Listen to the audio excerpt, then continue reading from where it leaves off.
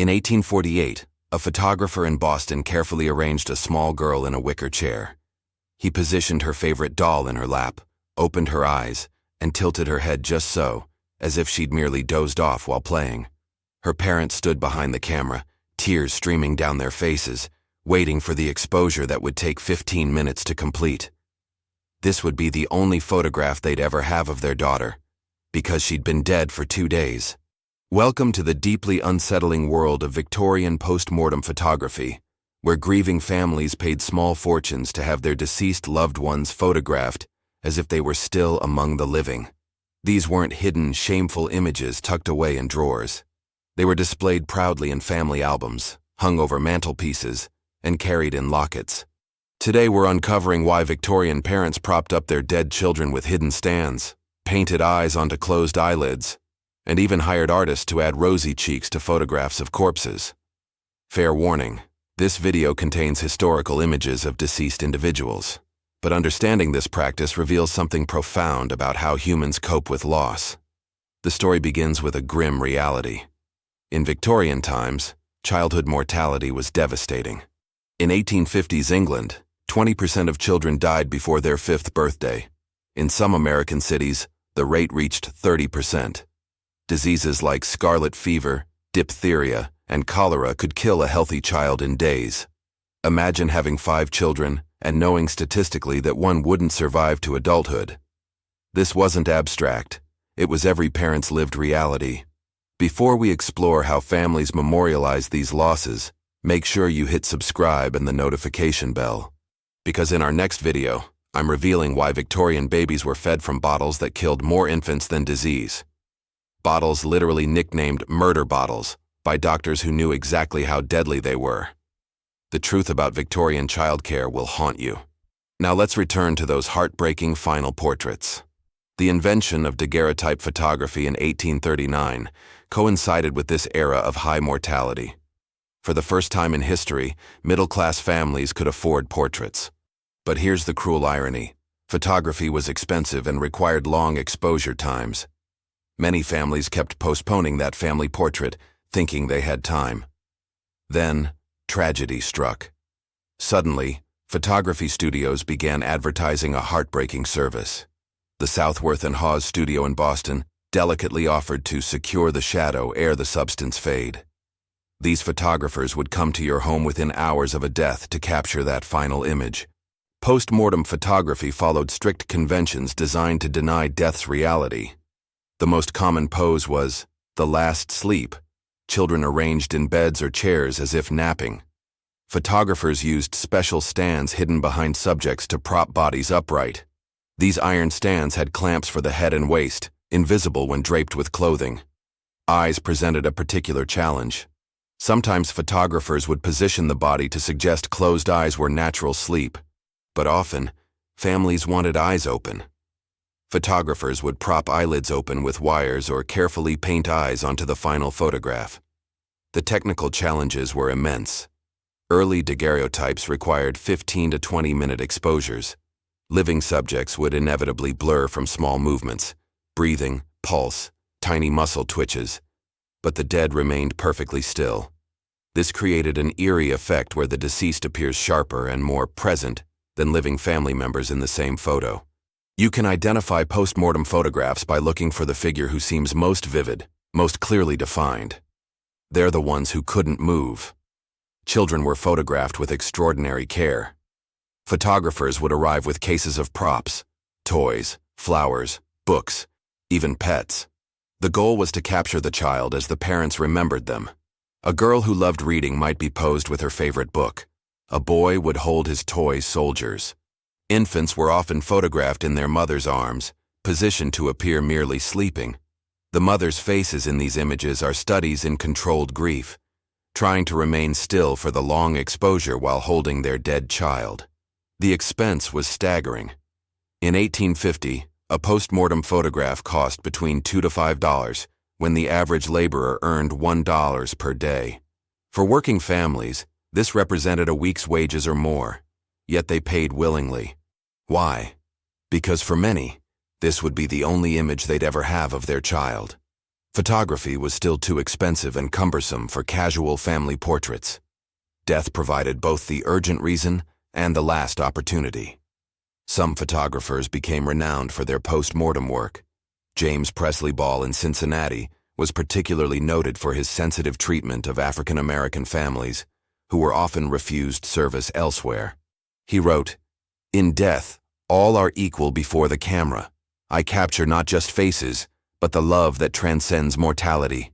His studio records from 1855–1865 show over 2,000 post-mortem portraits, each annotated with family names and causes of death, a heartbreaking catalog of loss. The most disturbing aspect was the lifelike treatments applied after photography. Families could pay extra for hand tinting that added pink to cheeks and lips. Some photographers painted open eyes directly onto the photographic plate. The Stiff Family Studio, yes, that was their real name, in Pennsylvania advertised, lifelike effects added to bring comfort to the bereaved. They would paint in highlights to make dead eyes appear to sparkle with life. Not all post-mortem photos tried to deny death. Some embraced it with symbolic elements. Children might be photographed in their coffins, surrounded by flowers. These memorial portraits included clear death symbols, wilted roses, broken columns, or clocks stopped at the time of death. But even these formal death portraits often showed children with eyes open, hands carefully positioned, faces turned toward the camera as if aware. The practice wasn't limited to children, though they were the most common subjects. Adults were photographed too, but usually in more formal, clearly deceased poses. The elderly were often shown in coffins. But children, especially those under 10, were almost always posed to appear alive. This reflected Victorian beliefs about childhood innocence. Children were seen as too pure for the corruption of death. Photographing them as if sleeping maintained the fiction of their untainted state. Family dynamics around these photographs were complex. Siblings were often posed with deceased brothers or sisters, creating deeply unsettling images of living and dead children together. Parents debated whether to include surviving children, fearing either trauma from the experience or future trauma from the image. Many chose to proceed, believing the photograph would help siblings remember their lost brother or sister. The photographers themselves developed complex coping mechanisms. William Mumler, who later became infamous for spirit photography, began his career with post-mortem portraits. He wrote in his diary, "Each day, I arrange the dead as if they live. I see parents' desperate hope that somehow the camera might capture more than mere flesh, might catch the departing soul itself." This hope would later inspire the spiritualism movement's obsession with photographing ghosts. By the 1860s, the practice had spread across America, Europe, and into European colonies. Each culture adapted it differently. Mexican post-mortem photography often included religious elements, children dressed as angels or saints. In India, British colonial families created elaborate tableaux with deceased children surrounded by flowers and Indian servants, creating deeply problematic images that mixed grief with imperial power dynamics. The American Civil War transformed post-mortem photography. Suddenly, families needed images of soldiers who died far from home. Battlefield photographers would take portraits of dead soldiers, hoping families might identify and purchase them. Matthew Brady's team photographed thousands of dead soldiers, creating an archive of loss.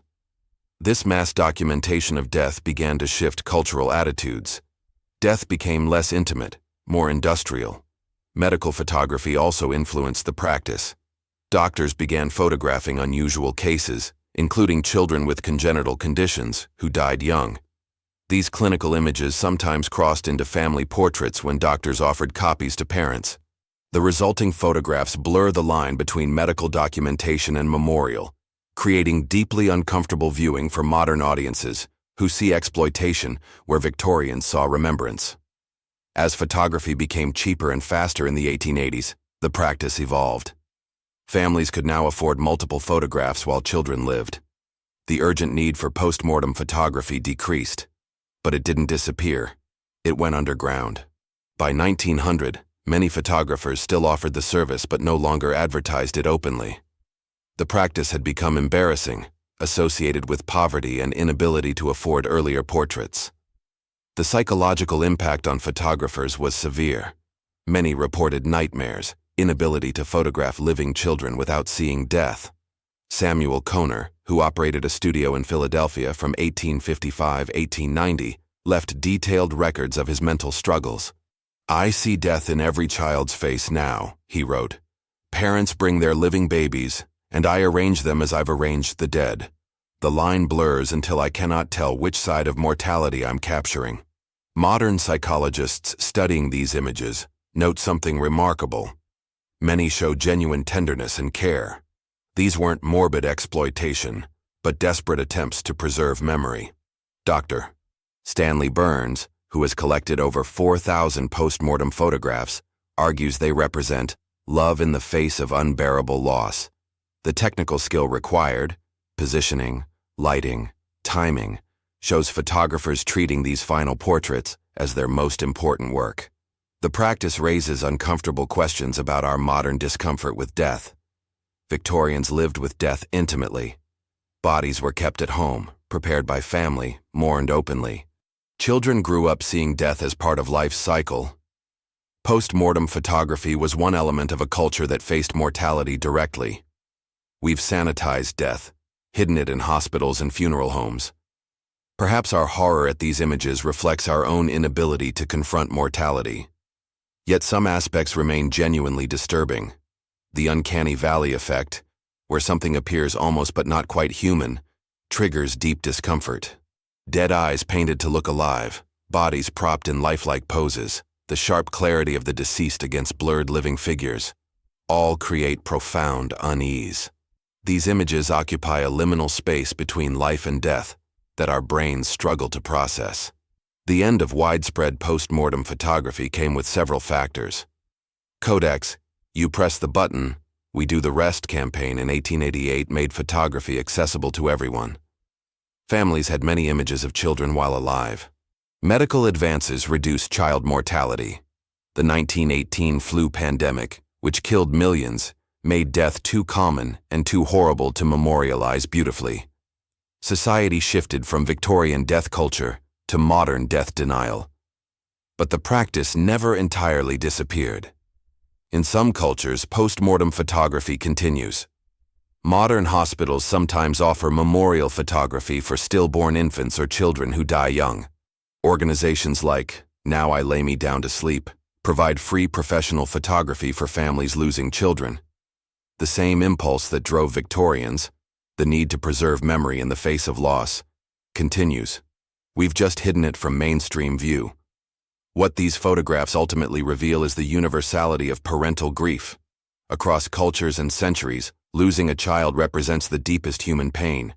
These images, disturbing as they are, document love persisting beyond death. Parents who paid a week's wages for a photograph of their dead child weren't morbid. They were desperate to hold on to something, anything, of what they'd lost. The technical artistry shouldn't be overlooked. These photographers developed incredible skills, using mirrors to direct light onto faces, mixing chemicals to achieve the perfect exposure, hand-painting details invisible to their cameras. They were artists working in the most difficult medium imaginable: human grief. Their work preserves not just faces but entire emotional worlds. So next time you take a casual photo of your loved ones, remember the Victorians who only got one chance, after it was too late.